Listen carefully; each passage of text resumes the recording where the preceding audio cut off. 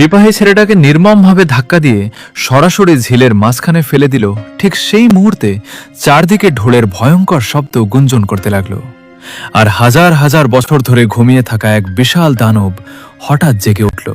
ক্যাপ্টেনের পুরো বিশ্বাস ছিল যে যদি সে ছেলেটাকে বলি দেয় তাহলে সেই দানব তার কথা মানবে, কিন্তু পরের মুহূর্তে সব উল্টো হয়ে গেল। দানবটা ছেলেটাকে ছেড়ে সরাসরি ক্যাপ্টেনের ওপর হামলা করল। এক আঘাতেই সে তার পরের শিকার হয়ে গেল। চারদিকে বিশৃঙ্খলা ছড়িয়ে পড়ল। ভাগ্য ভালো সেই প্রাণীর চোখ খুবই দুর্বল ছিল, তাই সে কাছে লুকিয়ে থাকা বাকি দুইজনকে দেখতে পায়নি। ঠিক তখনই হঠাৎ ঝোপের আড়াল থেকে একটা বোমা গড়িয়ে বেরিয়ে আসে।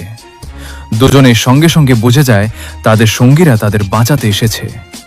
তারা এক সেকেন্ডও নষ্ট না করে বিস্ফোরণের সুযোগ নিয়ে পুরো শক্তি দিয়ে জঙ্গলের দিকে দৌড়াতে শুরু করে। কিন্তু ঠিক পরের সেকেন্ডেই বিশাল বিস্ফোরণ হয়। সেই শব্দ শুনে দানবটা পুরো পাগল হয়ে যায়। তার বিশাল শরীর একটা পিচ্ছিল পদার্থে ঢাকা ছিল, যার কারণে সে মাটির ওপরও খুব দ্রুত চলতে পারত। তার চোখ দুর্বল হলেও শোনার ক্ষমতা ছিল ভয়ঙ্কর রকম। তীক্ষ্ণ জঙ্গলে তার ভারী নড়াচড়া দেখে সবার শরীরে কাঁটা দিয়ে ওঠে। তারা কোনো রকমে প্রাণ বাঁচিয়ে তীরে পৌঁছে যায় আর তাড়াতাড়ি একটা ছোট নৌকায় উঠে পড়ে। নৌকাটা সোজা নটিলাসের দিকে এগোতে থাকে। যখন তারা প্রথম ক্যাপ্টেনকে বলেছিল যে দ্বীপে ৩০০ ফুট লম্বা ইলের মতো কিছু আছে, তখন সে একদমই বিশ্বাস করেনি।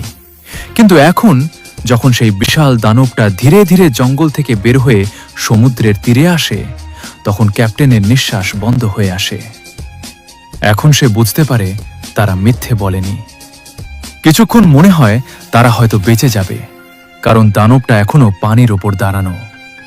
নটিলাসকে খেয়াল করেনি।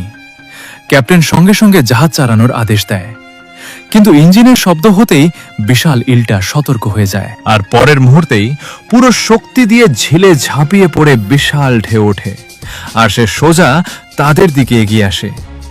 জাহাজে থাকা সবাই ভয়ে জমে যায়, কারণ পানি ছিল সেই দানবের আসল জগৎ পালানোর সুযোগ পাওয়ার আগেই বিশাল ইলটা পুরো নটিলাসকে পেঁচিয়ে ধরে। জাহাজ একদিকে হেলে পড়ে আর ক্রুরা এদিক সেদিক ছিটকে পড়তে থাকে। কিন্তু আসল ভয় তখনও বাকি ছিল, যখন নটিলাস ধীরে ধীরে পানির গভীরে ডুবে যেতে থাকে। তখন জাহাজে পেঁচানো সেই ইলটা হঠাৎ জ্বলতে শুরু করে।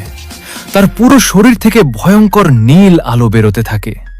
তখন সবার মুখে আতঙ্ক জমে যায়, কারণ তারা বুঝতে পারে এটা কোনো সাধারণ দানব নয়, বরং এক বিশাল বিদ্যুতিল। এমন এক দানব যে এক মুহূর্তে পুরো জাহাজকে বিদ্যুতে পুড়িয়ে দিতে পারে। এখন শুধু একটাই প্রশ্ন, নটিলাসের ক্রুরা কি এই মৃত্যুর ফাঁদ থেকে বাঁচতে পারবে?